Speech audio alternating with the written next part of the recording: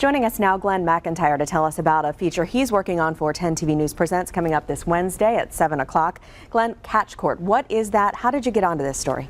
Catch Court, it's an acronym for Changing Actions to Change Habits. It's a specialty docket here in Franklin County, a court dedicated solely to the issues dealing with prostitution and women who are charged with it here in Franklin County.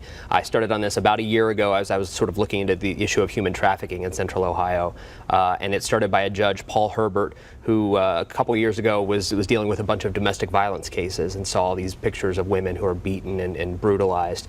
And they brought a woman into his court. He looked at her and thought she was a domestic violence victim. It turned out she was a defendant charged with prostitution. And so that sort of jarred him out of his way of thinking, that he saw her as a victim rather than a criminal. So he started doing some research and sort of developed this program to see, why these women are out there, how they're held and forced and compelled into this, and what keeps them in it. And in doing your research, Glenn, what did you learn about the problem of prostitution in Central Ohio? Well, it's a big one. Between 1,000 and 1,500 women per year are arrested and charged with solicitation is the actual crime.